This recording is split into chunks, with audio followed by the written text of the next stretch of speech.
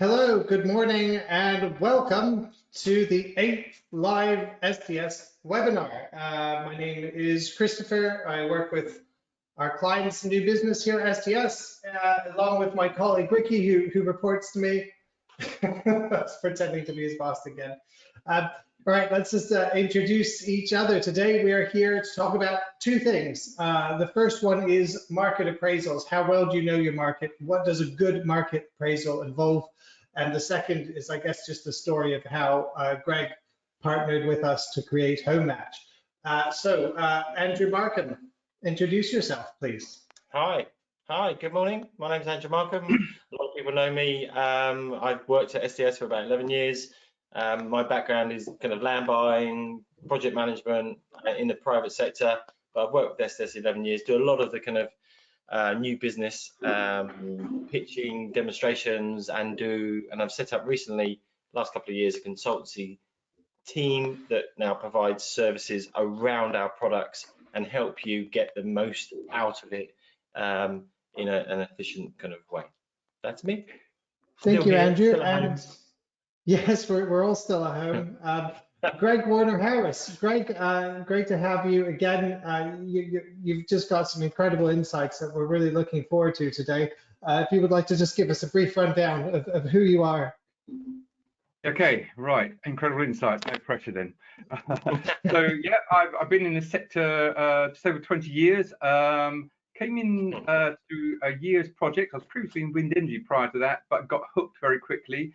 Predominantly be doing shared ownership, sales and marketing, although I have done a little bit of a management as well, which I think was very useful in the context. So last sort of 4 years I've been working as a consultant, helping customers, including SES customers who are new entrants into shared ownership sales, get their sales and marketing capability up and running.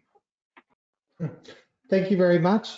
Now, once again, I'm going to ask before we get into the flesh of it, please do engage, ask us questions, share your challenges. Every webinar, I feel like I jump off a cliff and the only parachute at my disposal is your engagement. So don't be shy, okay? I'm in free fall here. So to begin with, Greg, I'm going to go straight to you. I'm really looking forward to this presentation. I'm going to make you the presenter, and let's get into it. Okay, all right. So I'm going to talk about market appraisals. Just want to confirm. Can you see my screen? Yes. Good. Okay. All right. So I'm going to talk about market appraisals, and in doing so, I'm going to talk about development teams and sales teams and marketing teams. And I do appreciate from the delegates, we've got a range of companies here, different sizes, and those teams might be appropriate for some of you, but others I know will be screaming at me saying, Greg, I am development, marketing and sales, and what's wrong with make the coffee and clean the toilets? Well, what I'd say is no worries. Just think about what hat you're putting on at any one time. So we're going to look at, oh, here we go, bear with me, I've just got to get this fired up. Okay. Here we go. Right, we're not going to look at the 5 W's, Aristotle's 5 W's. 3 is enough. We're going to look at why we do what we do. Greg, we can only see your files. Sorry, I didn't hear what you said. Sorry, Greg, we can't actually see the presentation. I do apologise. Bear with. No, I can't hear you. Oh, good. I can only hear you crackling. I do apologize. Andrew, you're gonna have to. Andrew, your sound's gone again. You're gonna have to reset your sound, please. Ready? Okay. Wow, this is going swimmingly. Okay, guys, bear with me. Right, I'm going to try again. We've got it. That's it, Greg. We can see. Yep. All good. I thought the messy dashboard was part of the presentation, so I didn't realize. No, the messy haircut is not either. Okay. So are we good to go? Yes. Yes. Right. I do apologise. Not you though, Andrew. Guys out there, technical issues. The new norm is not quite normal yet, but we'll get there. So I'll talk about market appraisals, and I think I was saying that we're not going to be looking at Aristotle's 5 W's. We're just going to be looking at 3. We're looking at why, what, and who is going to be doing these market appraisals. Okay, so let's kick off why. Well, there's a mantra that was sort of part of my old organization. That was development starts with marketing. Because really you need to engage with your marketing teams to get insight on what your development should look like. So really the market appraisal is the sign off. You know, your governance bodies, such as your boards and your cabinets, may want to, certainly in my old organization, they wanted to know that marketing had signed off a development before development went ahead with the proposition. So that's a good thing to do. And also in doing so, you might be engaging with development on perhaps changing the layout or something on site. And we'll look at that a little bit later. So that's the first reason why, in fact, for me, it's the most important reason why market appraisals are important. And when we look at a market appraisal, you'll see some reasons why that might be the case. Now, I'd say a useful refresher because development is going to be buying up these opportunities and you're not going to be sort of making any noise market them for perhaps a year, 18 months, maybe longer. And your sales teams would have been involved in that market appraisal. So doing a refresher before you kick off is a good way to start familiarizing yourself with what you do. And what we used to do is we used to get the market appraisal off of the shelf and have a look. Now, people who are customers of HomeMatch, we'll be drawing this down through HomeMatch, and I'll let Andrew talk about that later on. But it's a great way to get going. And of course, you may want to have a rethink if there's sort of changes in the market. So that's the second reason. Now, the third reason may be quite appropriate for the conditions we are in, and that is we may want to use the market appraisal to help us with some mitigation. And that is if you need to, excuse me, flip the tenure. We don't know what the market's going to be like as we come out of this difficult situation. There's mixed messages, but I lived through the 2008 Lehman's crash, and it was tough. And a lot of providers at the time went to the then Homes and Communities Agency and asked if they could flip their shared ownership to rent because they couldn't sell them. Now, as a result of that, it's now actually in the Capital Funding Guide, section 2.8 of sales. There is that protocol in place, but what it does make clear in the Capital Funding Guide is that if you go to talk to Homes England about flipping your 10 years to perhaps affordable rent or rent to buy, they want to know that you did do a demand assessment when you kicked off. So it's the third reason, and perhaps in this context of where we are now, quite an important reason why you need to do a market appraisal. Okay, so that's the why. So what's in there? Now, we're going to go look at a flip snack later on to see what's actually in a market appraisal, but it's really just 3 things. What you want to do is do some data mining of all the factors in the area that might influence saleability, and we'll look at that in a little bit more detail later on. You're definitely going to go to the location that your development team want to buy this proposition, look at it, but also the surrounding environs, not just the bit of land that they're going to put the bricks and mortar on. And I'd definitely say while you're there, talk to the local estate agents. They will have a good feel on the market, and some of their intelligence you'll be feeding back into your market appraisal.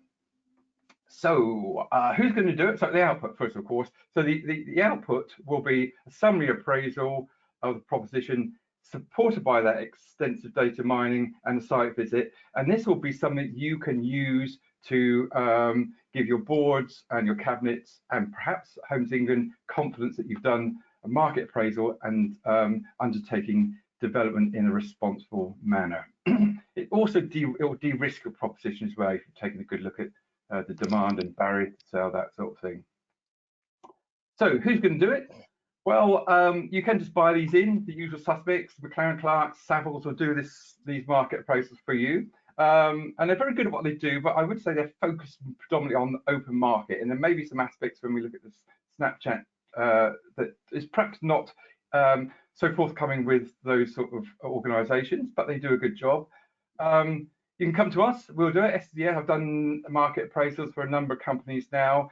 Realistically, you've got to be within an economic reach. So we wouldn't be able to do your market appraisals for your proposition in the Caribbean. I'd be delighted to, but I don't think we can. Not quite at the moment, no. You can do it yourself because it's not rocket science. You yourself know your area better than anyone else.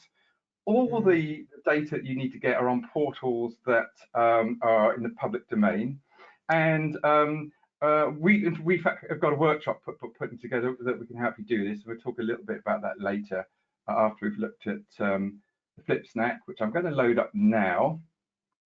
Now, bear with me. Now, you won't be able to see the detail in here. It doesn't matter. We're really only talking about concepts.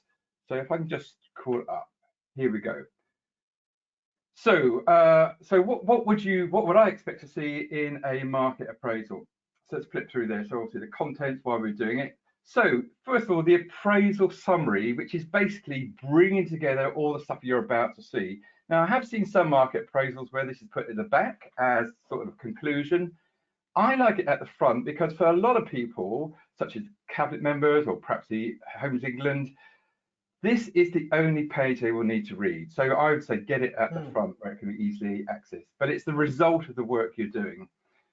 The summary proposition, in my old company, we used to know that it's a yellow sheet for obvious reasons. It was yellow. I've imported that. And really, that is the start, a pro forma for your development team or yourself when you put your development hat on to complete, to give the marketing and sales people an indication of how to kick off. So obviously you have things like location, but also your proposed mix, property mix, any 106 issues, all that sort of stuff. So that's the summary of the proposition. Okay, now you're going to go to site. I always include a map, particularly when we're talking about refreshers 2 years down the road. Where is this? I like the Google aerial view. It gives a good indication of how rural it is or how urban it is, or a mix. And you're going to go to site. Have a good look at the piece of land that they're proposing to build on. Look for barriers to sale, such as proverbial pylons, or, you know, are you downwind of the sewage plant, that sort of thing. But also look in the local area as well, what's nearby. If the land seller has sold the plot on the basis that there's a thriving community hub nearby, go and look at that thriving community hub. Make sure it's just not a nail bar and a bunch of boarded up shops. So have a good Has that happened to you in the past, Greg? Oh, all the time. Yeah, I was usually in the nail bar actually, but that's a different matter. You haven't been in the head recently, have you? You've got to be brave enough to have the discussion with your development team if you've got issues. And it might just be, yeah, the site's okay, but it might be you're down there, you know from your sales experience that actually rejig the site proposition a little bit, and you might get a better result. So now we look into the data. There's a whole bunch of portals that are in public domain. We can get all this stuff out. What I tend to do is just bring it all down, and then I look in and around to see what's relevant to the site and what's not. So you're going to have things like, you know, what's the land use around the area? Is it mostly residential? Is it commercial? Is there a mix, that sort of thing? Definitely look at schools. Schools are very important these days, how far away they are, what the Ofsted ratings are.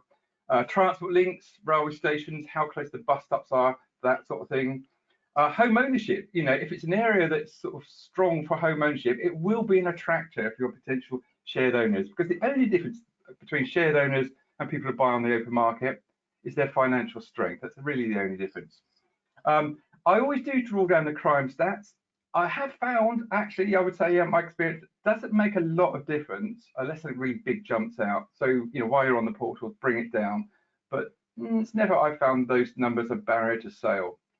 The socioeconomic reflection of the area, so socioeconomic classes, economic activity, and of course we're all working from home, so is there a good broadband connection? Getting more and more important, particularly when we're doing this sort of thing.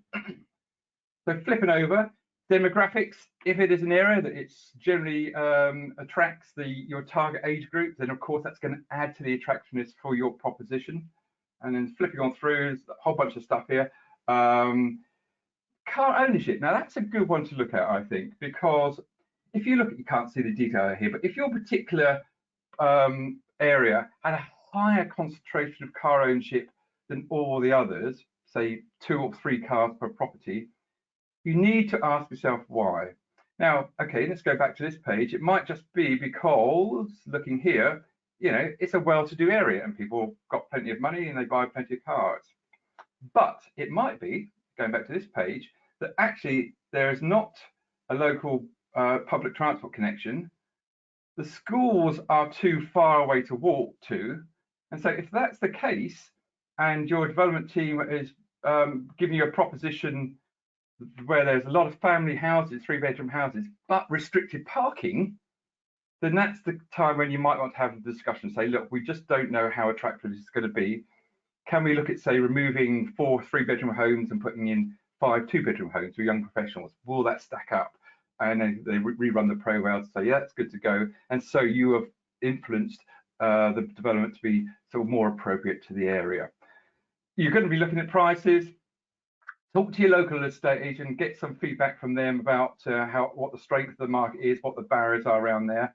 I would say you've had a red book valuation undertaken, but I would always go on to the portals, Rightmove and Zoopla, to do some benchmarking. Just make sure that you're not being given something that's got a new build premium that's higher than what is realistic. And for those of you who do remember, back in the Lehman's crash, for new build flats, there was actually a negative premium. You get less money for a new build property than you would a second-hand property because the mortgage lenders are driving that dynamic. So just check it out, particularly as the conditions we're in now. Okay, look at the market trends. Occupational costs is a good one to do, and it's one where you might struggle, or you certainly have to engage with the Knight Franks and the Savills to get that into your market appraisal. But essentially, if your occupational costs, that's the amount of money that the shared owner spends out each month on their rent, their service charge and their mortgage, if that amount is about the same or even less than what they'd be paying if they're renting on the private market, then you have got inherent demand. So that's a great starting point, and it's only barriers to sale that you find through these previous pages that might slow things down. So always a good thing to do for your market appraisal, and it gives cabinets and boards confidence. Demand, you can also talk to your Help to Buy agents. Not so good these days because of GDPR on the information they can give you, but always good to have a good chat with them. And of course, they're not so local these days, are they, because of the rationalisation. A little bit about SDS there, so flip back, and that is what I would expect to see in a market appraisal. And as I said, we've got a workshop we're putting together. We've got to get it so we can do it online. And essentially what that will be is, in advance of the workshop, we would send you, I'm just going to take it off share now, bear with. Okay, so what we do, we send you up front a list of things to do before the workshop, and that will be the site visit. We'd send you a sample market appraisal so you can see what's going to go in there. We send you a sample yellow sheet to give you development team. But then at the workshop, we take you through all the data portals, show you what you can get, what you can use and what you can't use because of commerciality. And most of it is free to use for your own use. And then you go away, you put your market appraisal together, and you send it back to us and we'll feedback on that. So that's roughly how that workshop's going to operate. Thank you very much. And now I'll hand over to you, Chris. Thanks a lot, Greg. So to begin with, if anyone has any questions on the stuff that Greg just went through about any of the detail there, do you want to know a little bit more? Do you have questions about things that you're doing that Greg wasn't doing there? Do let me know. We can certainly dive into that. In your handouts, you'll see there's a market appraisal workshop if you wanted more information on that. But I think now let's move on to Andrew. And it's interesting because HomeMatch is a really strange product in some ways, in the sense that you would never expect a company like SDS that does financial appraisal and finance development tools to do a CRM. And it was, I guess, the agility of the development department and making them more agile that drove the whole thing. And that was really from your perspective, wasn't it, Greg? I'm going to move on to Andrew now. I'm going to make him presenter. And yeah, if you could tell us about this story, because it's quite interesting. Andrew, yeah, it'd be good. Yeah, absolutely. Thanks, sure. Chris. It'd be quite nice to let me just show you the screen here. To Greg, give us a little bit of a history, because Greg was involved in the kind of the startup of SDS, kind of looking at a solution for sales. I've just got this slide up. You can hopefully see that, Chris. Can you see obviously the main products of SDS? and it did, and it was a good fit, Chris. It was interesting because, you know, Proval is obviously what we're known for in the sector. SQL came along, and, you know, we have over, you know, 320 clients, and it was a progression from project management to delivering. But a lot of salespeople were starting to use SQL because the property section was holding information that's relevant to development and obviously updating the cash flow. So it was a nice fit actually. In the next kind of side on from that was delivery, was looking at the sales process. And Greg was involved in that. Do you want to give us a little bit of the history? Sure. So it goes back some time. Basically, we excuse me. I was with an organisation. We were getting a bigger and bigger shared ownership program, and my team were just great. They were very customer focused, but they're writing lots of letters and they're doing lots of administrative stuff, which really wasn't added value to the business or the customer service. And so I thought, well, there's got to be a way to make this a lot smarter. And I went out onto the market to see if I could find some software I could bring in to help automate the things. So obviously I went looking at estate agent software, and there was some good stuff out there, but it just didn't quite fit. And so at the end of the day, we made the decision to develop our own product. So essentially what I wanted to do was to take away a lot of the sort of administrative stuff and to automate that. So Andrew's going to show you the detail, but essentially what I had on my product was two databases: a database with people in it, the leads, a database with products in it, which was the houses, and just push different buttons and it would bring information in, send letters out, so you wouldn't have to type letters. It was all automatic. And in addition, it done some smart matching as well. It had its own built-in economic appraisal of the individual finances. We had that approved by the HCA at the time, because we had that actually in advance of the shared ownership sustainability calculator coming into play. But when they looked at it, said, yeah, that's fine. So that was the basic thing, and it was a game changer for us. And when, you know, the IT systems went down, which was occasional, the team were panicking because they'd lost their right arm, but it did free them up to do more work on things that add value to customer service and to the business. And then I helped Andrew put his bit together, which is essentially that, but it's a much better product because it liaises with SQL, and probably a good time to hand over. And I think that was one of the main things that we wanted to achieve by this, was that we could take Greg's expertise and the story behind that, and bring that, align that into SDS and our products, and then really integrate with SQL. And I think that's the kind of game changer for a lot of our clients that are doing more shared ownership and outright sale, is the integration, so the transfer of information. So we can then move information from SQL into HomeMatch. So when your asset, your units get to a kind of status, you can then move it into kind of HomeMatch. Your sales team are just dedicated, working in their own configured system. But more importantly, for the wider organization, that information then talks straight back to SQL. So and that's all live.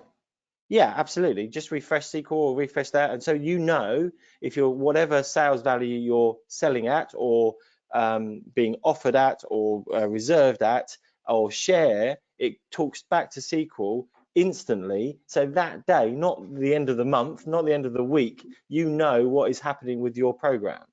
So that was the real, you know, winner for us, is the transfer of data. Yeah. Can I just chip in on that, Andrew, on that particular point in the current market? Why I feel that might have a lot of value, because you know, you've got a sale, the development team appraised, let's say 40%, but your sales teams are pretty good and they're selling, say, more shares than that. But we're a sticky market, and you get a few stickers. And what would happen is my team would come to me and say, look, we've got someone who can afford to buy this at 35, but not 40%. We've sold some more at 50%. Can we not still do it? And I'd say, yeah, let's get the calculator out. And we'd be pressing away the calculator and say, I think so. Let me just check that. You don't have to do that, because when someone and a member of the team sells at 50%, it automatically updates SQL to that effect, which then updates the cash flow. So you've got a real-time position on where you're at. So it'd be very quickly to say, yeah, go for it. Sell it at 35%. We can do it. So in this current market where we might have stickers, we don't know, it's a useful sort of ability to have. And we can see the time it's taken from start to finish. you're more intuitive of what's happening. Where's the sticking point? What is happening in the process? Because there are going to be delays. So it's understanding that process. So we built a system. This is not meant to be a kind of a full demonstration of HomeMatch. I just want to kind of pick up some kind of elements of it to show you the efficiency of this system. And whilst I'm talking, you're thinking about questions that you can pose to Greg, and we can answer those in a couple of minutes. So we built a system that's basically customizable. Yes, there's other systems out there. Yes, people are using Salesforce, see people are using Microsoft Dynamics, but we are building something that is ready for you to really get to grips with quickly. Yes, you can relate it, and it has to be customizable, and we built that system. So these are just the main features, and Greg has touched on some of those today. So obviously, just a minute ago, we've got the prospect database, which you can create as many information points as you want. Name, address, address, dependents, etc., where they're interested. All that information can be put in there. Then you have your units which are coming from SQL. So that's really important. That integration at a given status that you put in, then that information would transfer into your system. So it's there ready for you. Okay, if the development people, there's not many on this, so we can say that, don't fill in the information, there won't be information coming. But you at least know who was the development person looking after that, and you can chase them. So you can see there all the important attributes that you want: service cost, rent, share, value, all those things, location, address, all that comes in automatically. And once we've got those things in, we can do some matching. So we can then say, okay, we can match this person to that property, or that property to that person. And we call that smart, because we can then say, put a layer in that and say it could be affordability. So what's their affordability? What's their available income? What can they do?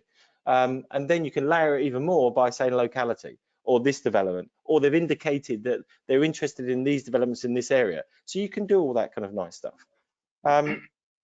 We can manage viewings.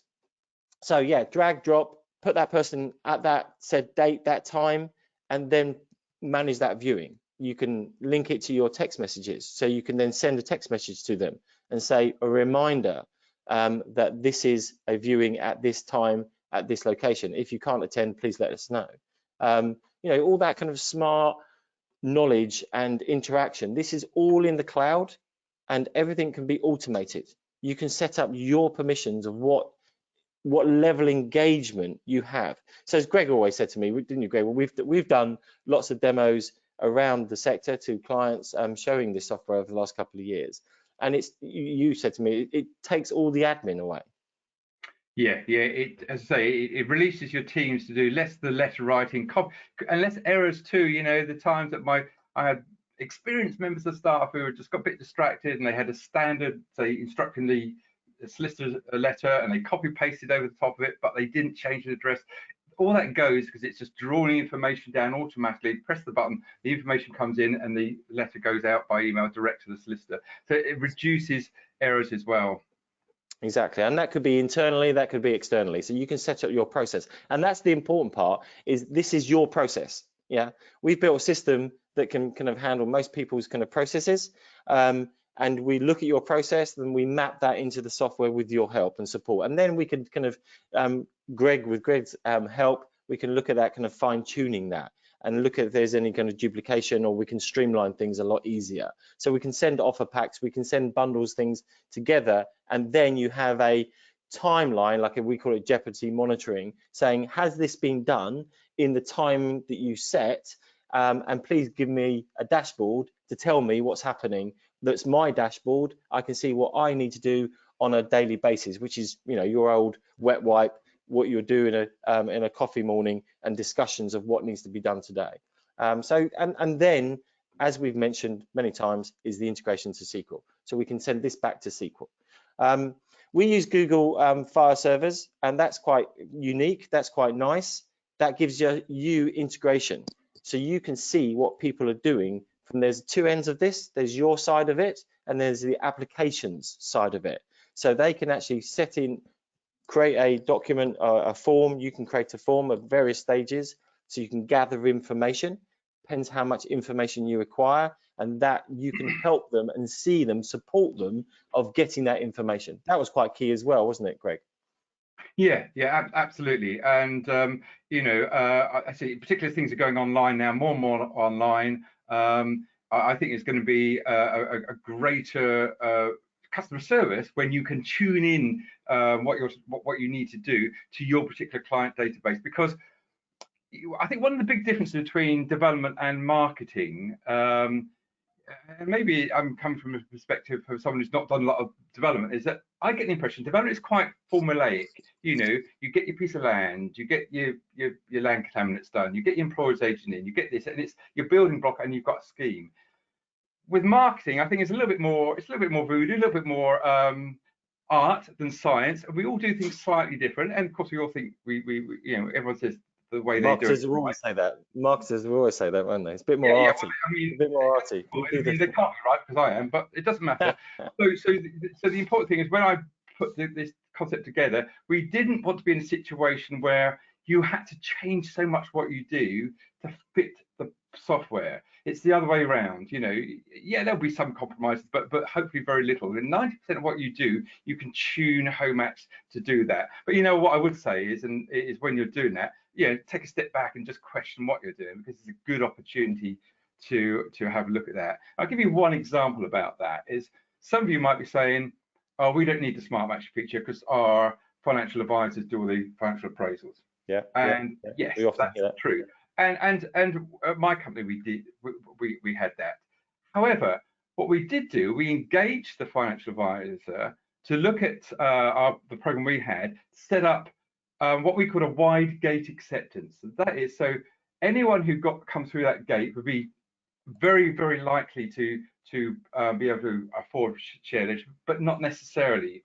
But what it did do is it would chop out the absolutely no hopers. So you wouldn't be sending that information to the financial advisor, putting a delay in the system, getting to do that, and then disappointing the customer. You could immediately press your button and the letter go out, or an email go out, say, I'm really sorry, but actually at this stage we don't feel you can afford it. And it will attach the financial assessment to that email so they know the reason why. So it's good in terms of efficiency, because there's less wasted process, but it's also better for customer service, because they're not left hanging on the line expecting to go somewhere where actually at the end of the day they can't. So what I would say is, when you look at your process setting up, if you're using financial advisors to do all your financial assessments, you might want to talk to them about setting the parameters, helping you set the parameters in HomeMatch so that the no hopers aren't referred on. Yeah, and the customer journey is really, really important. What you said there, Greg, about keeping people hanging, to us, it's just another day. To them, they might be buying their new house. It's a really big deal for them. That was something that you always had to remind yourself of. Yeah, and complex. There's very things that you need to do in a timely fashion. So it's keeping that level of trust and information gathering going forward. So this is just a little bit of a HomeMatch. You can see here on screen, I've opened it up. Well, I've got the two main areas, which is the applicants within that, and then I've got the schemes on the right hand side. And this is just really how HomeMatch works, is that you can have multiple screens. So salespeople can actually go in at different kind of tag points and see various information. And I can open a kind of an application. You can see there's two applicants on this application. I've got some basic information. They're looking at shared ownership. And this is all being fed from a couple of systems. You can upload all your data, you can add a new person, or we can scrape it down from Zoopla, which you're looking at, and others for better integration. So that information will come through, and then you process that in a timely fashion. And this person has done a few viewings, and there's a record of things. They haven't got a property, so I could hit this button and find some suitable properties, which I'll do in a minute. But I just wanted to show you the flexibility of what we've tried to put into this. If I go to kind of edit, then you can see, he says, yep, there we go. You can see all the questions that we've asked them in their application form, which is online. And you can then see how you can put as many information in here as you wish. And you can see financing, what share, what's their local connections, and etc. etc. You can put as many in there as possible. So just showing you the layers that we can go into, and again looking at the kind of units that's coming from SQL, and it's populating all the information. You can put some marketing documents in here, and we discussed actually yesterday when we did a rehearsal. Yes, we do a rehearsal for this. It's shocking. You would have thought so, the way I started off. Yeah, Andrew, come on. If they know we rehearsed this, then you really just let us down there. So What would it look like without being rehearsed? Your market appraisal, stop it. So your market appraisal can be uploaded into here. So we were discussing that yesterday and thought, oh, you know what, what a great reference site, because yes, and especially Greg, you know, in these times, how often would you review your market appraisal? You know, that is a really good question at this time, because ordinarily when things are ticking over nicely, we'd have done the market appraisal and then we'd gone to bed and forget about that because we've got a load of others coming in. And then sort of say 9 months out before time, we'd be dragging off the shelf and just refreshing ourselves and said, oh yes, I remember this scheme. But now we might be saying, hang on a minute, is this still appropriate? Okay, so it's a really good discipline as well when you get it out and say, right, have things changed? And so the development was bought 2 years ago. It might be you need to sort of rethink about what you're going to do or how you're going to change the noise. Go back down to the area, see if that thriving community is now just a nail bar and a bunch of boarded up shops. You know, if you're going to go to Homes England and ask to flip tenures, you've got to have the information to hand. And similarly, you know, one shouldn't sort of profit out of other people's misfortunes, but there will be some developers around a little bit in a sticky situation, and there will be fire sales. And so as a sector, we will probably be able to get good opportunities. And so we'll be doing that in market appraisal now in a difficult situation, and so things will change hopefully will change in a couple of years' time. So it's a good question, and I would say definitely don't just get it out off the shelf to remind yourself what you're going to do. Ask the question, right, what do we need to review as well? I think that's important because we all can do, you know, and me as a developer, as a land buyer, is a lot of desktop studies. We can do a lot of things, you know, from our office, but actually getting a feel and getting a, you know, what's happening on site, what's happening in the locality is really important. So I just want to quickly show you a plot. This is all the plots that's coming in from SQL, and I can press this little editor here, and I can then look at more detail of that individual plot. And just show you quickly, we can do a viewing. How we do a viewing? Really easy. Oh, I'll tell you what we can do first is show you the locality. So visually, we can hit this little button, and we can then go to Google Maps, and then we can say, okay, oh yes, that's where it is. I can talk on the phone, remind myself where it is, give a bit of context to the actual address, etc., etc. I can do a viewing, so you can then kind of create as many viewings as you wish.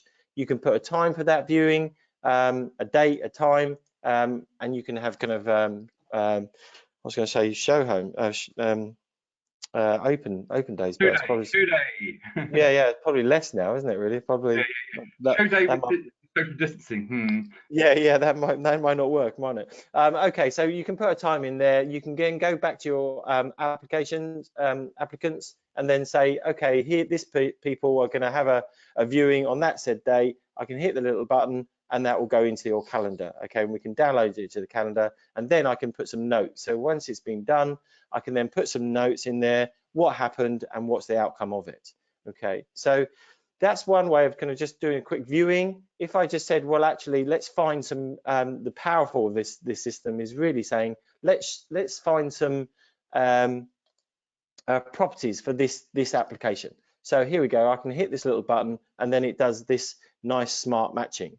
And the first layer of that is looking at my affordable. So it's showing me the affordable units down here. There's 3. I can then send off a click of a button, all the marketing information to that application for those 3 properties. If there was quite a few, I could untick all these, just pick one and send that off. I can do the old-fashioned way, which is probably coming back a little bit at the moment, is I can print off some labels. I can send it in the post. Wow, I can actually get something. That's quite nice. That's quite different. So that's quite effective for marketing. And then I can, you know, look at either on the phone. If I was talking to them, I could then say, no, well, actually, I'm not looking at just the 3 bedrooms. Let's see of all our properties that we have in here, and we can show you those in there. So we can show you all the properties that they might be interested in. Greg said we do have the affordability calculator in there. So if you're doing some kind of soft testing or processing to weed out the kind of people who may not be able to afford it, then you can look at that.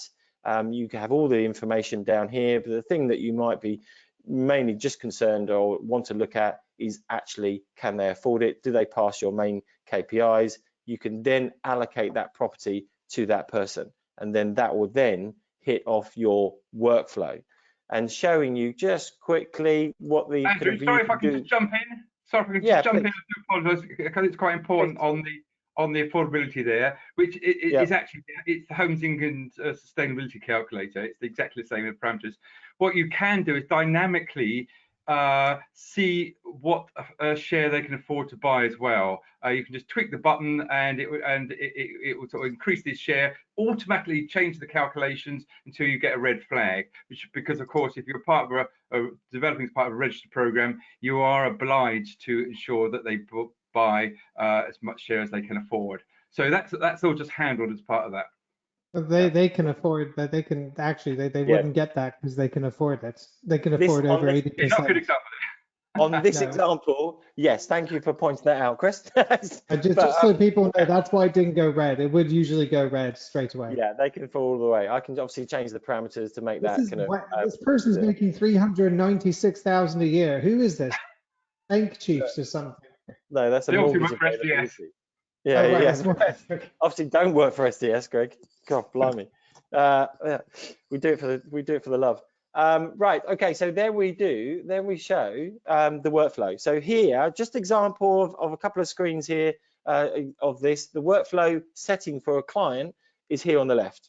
Okay. Very simple to see. You have your stages 1, 2, 3, 4.